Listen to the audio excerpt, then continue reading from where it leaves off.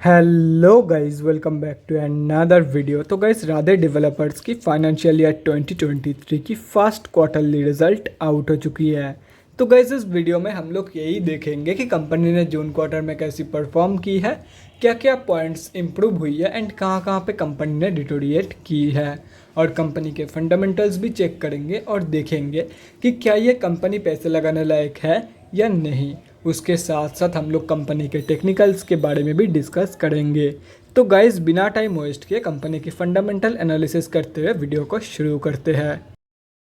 तो गाइस, अगर इस कंपनी के बिजनेस के बारे में डिस्कस करें तो ये एक रियल एस्टेट कंपनी है एंड ये कंपनी सिर्फ और सिर्फ बीएससी में लिस्टेड है। और अगर इस कंपनी के कुछ इंपॉर्टेंट फिगर्स के बारे में डिस्कस करें तो 755 करोड़ की है कंपनी की मार्केट कैप, 28.6 की पी है, 68.6% है कंपनी की आरओसी एंड 60.3% है कंपनी की return on equity. Last 6 months की रिटर्न अप्रॉक्सीमेटली 12% के आसपास निकल के आ रही है एंड लास्ट 3 साल की जो सेल्स ग्रोथ है वो अप्रॉक्सीमेटली 60% के आसपास निकल के आ रही है, जो कि 3 साल के कंपैरिजन में बहुत ही बेहतरीन है। बुक वैल्यू से काफ़ी ऊपर ट्रेड कर रही है, डिविडेंड कंपनी देती नहीं है एंड फेस वैल्यू 1 रुपये की है। अभी अगर इस कंपनी की जून क्वार्टरली की रिजल्ट के बारे में डिस्कस करें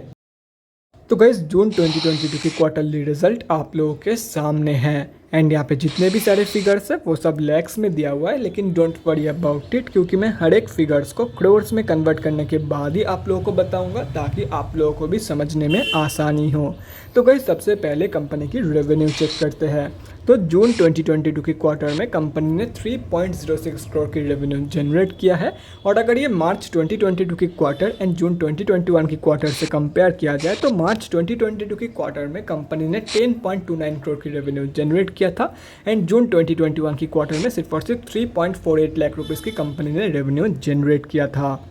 तो ईयर ऑन ईयर बेसिस पे कंपनी ने एक ज़बरदस्त रेवेन्यू ग्रोथ तो दिखाई है, लेकिन क्वार्टर ऑन क्वार्टर बेसिस पे अगर देखा जाए तो मार्च 2022 के क्वार्टर के कंपैरिजन में कंपनी ने हाफ से भी काफ़ी कम रेवेन्यू जनरेट किया है इन जून 2022 की क्वार्टर। अभी अगर कंपनी की नेट प्रॉफिट मतलब प्रॉफिट आफ्टर टैक्स के बारे में डिस्कस करें तो गाइस, यहाँ पे आप लोग देख सकते हो जून 2022 के क्वार्टर में कंपनी ने सिर्फ और सिर्फ 47.25 लाख रुपीज़ की प्रॉफिट जनरेट किया है, जबकि मार्च 2022 के क्वार्टर में कंपनी ने 2.34 करोड़ की प्रॉफिट जनरेट किया था एंड जून 2021 की क्वार्टर में तो कंपनी ने 73 लाख रुपीज़ के आसपास का लॉस पोस्ट किया था। तो अगेन अगर ईयर ऑन ईयर बेसिस पे देखा जाए तो कंपनी ने एक बहुत ही ज़बरदस्त ग्रोथ दिखाई है, लेकिन क्वार्टर ऑन क्वार्टर बेसिस पे कंपनी ने हाफ से भी कम प्रॉफिट पोस्ट किया है इन जून 2022 की क्वार्टर। और अगर कंपनी की ईपीएस मतलब अर्निंग पर शेयर के बारे में डिस्कस करें तो यहाँ पे भी प्रॉफिट के जैसा ही सेम सीन है। ईयर ऑन ईयर बेसिस पे कंपनी ने एक बहुत ही ज़बरदस्त ग्रोथ दिखाई है, लेकिन क्वार्टर ऑन क्वार्टर बेसिस पे कंपनी ने हाफ से भी कम ग्रोथ दिखाई है इन जून 2022 की क्वार्टर, यहाँ पे आप लोग देख सकते हो। तो ओवरऑल जो जून क्वार्टरली की रिजल्ट निकल के आई है वो slightly on the weaker side ही निकल के आई है, यहाँ पे आप लोग देख सकते हो। अभी अगर कंपनी की बैलेंस शीट की हेल्थ के बारे में डिस्कस करें, फाइनेंशियल ईयर 2022 में कंपनी की रिजर्व के साथ साथ डेट भी इंक्रीज हुई है, लेकिन अगर देखा जाए तो रिजर्व ज़्यादा इंक्रीज हुई है कंपेयर टू कंपनी की डेट, मतलब FY 2022 में बैलेंस शीट की हेल्थ इंप्रूव हुई है। एंड अगर ओवरऑल देखा जाए तो डेट के कंपेरिजन में कई गुना ज़्यादा पॉजिटिव रिजर्व मौजूद है कंपनी के पास, तो ओवरऑल जो बैलेंस शीट की हेल्थ है वो भी ज़बरदस्त है। अभी अगर कंपनी के कैश फ्लोज के बारे में डिस्कस करें तो कैश फ्लोज की कंडीशन सेम ही है, पहले भी कंपनी के पास 0 करोड़ की कैश फ्लोज मौजूद थी, अभी भी 0 ही है। और अगर कंपनी की शेयर होल्डिंग पैटर्न के बारे में डिस्कस करें तो जून क्वार्टर की शेयर होल्डिंग पैटर्न आप लोगों के सामने है एंड यहाँ पे आप लोग देख सकते हो जून क्वार्टर में प्रमोटर्स की होल्डिंग एंड डीआईएस की होल्डिंग अनचेंज्ड है, बाकी एफआईआईज ने सेलिंग करके मतलब टोटली एग्जिट कर गया है इस कंपनी से। और अगर पब्लिक में देखा जाए तो गाइस, यहाँ पे आप लोग देख सकते हो कई सारे बड़े रिटेलर्स की होल्डिंग है इस कंपनी में एंड अगर ये सब कुछ कैलकुलेट करते हो तो इस कंपनी में हम जैसे छोटे मोटे रिटेलर की जो होल्डिंग है वो अप्रॉक्सीमेटली 28% के आसपास निकल के आ रही है। टू बी प्रिसाइज 28.43% है इस कंपनी में हम जैसे छोटे मोटे रिटेलर की होल्डिंग। तो गाइस, अभी कंक्लूजन पे आते हैं, क्या आप लोगों को इस कंपनी में पैसा लगाना चाहिए या नहीं। तो गाइज, मैं आप लोग को यही बोलूँगा, अगर कंपनी के ऊपर भरोसा है then you can definitely go for it. और रही बात शॉर्ट टर्म ट्रेडिंग की, तो देखो गाइज, आप लोग शॉर्ट टर्म ट्रेड डेफिनेटली इस कंपनी में ले सकते हो। कंपनी की जो ओवरऑल ग्रोथ है वो ठीक ठाक है, तो आप लोग डेफिनेटली इस कंपनी में शॉर्ट टर्म ट्रेडिंग प्लान कर सकते हो। बाकी अगर भरोसा है तो ही लॉन्ग टर्म के लिए जाना, मतलब तो ही इन्वेस्टमेंट प्लान करना, अदरवाइज सिर्फ और सिर्फ short term trade low and profit को एंजॉय करो। अभी अगर कंपनी के टेक्निकल्स के बारे में डिस्कस करें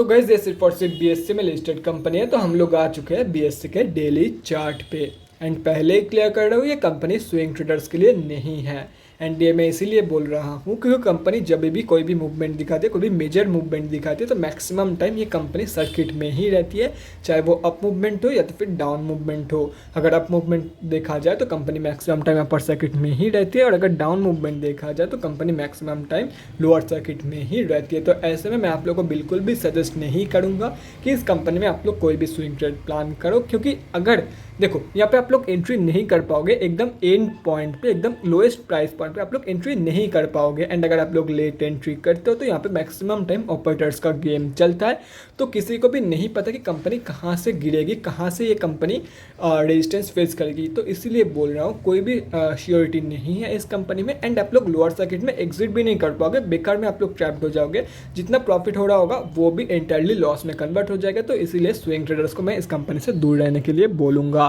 बाकी रही बात लॉन्ग टर्म, मतलब लॉन्ग टर्म के लिए जो लोग इन्वेस्टमेंट प्लानिंग करें उन लोगों को क्या करना है, तो देखो गाइस, आप लोग इस 200 मूविंग एवरेज के आसपास जो कि निकल के आ रहा है 11 रुपये के लेवल, तो इसके आसपास आप लोग डेफिनेटली इस कंपनी में एंट्री प्लान कर सकते हो। एंड यहाँ पे आप लोग देख सकते हो फ्राइडे के दिन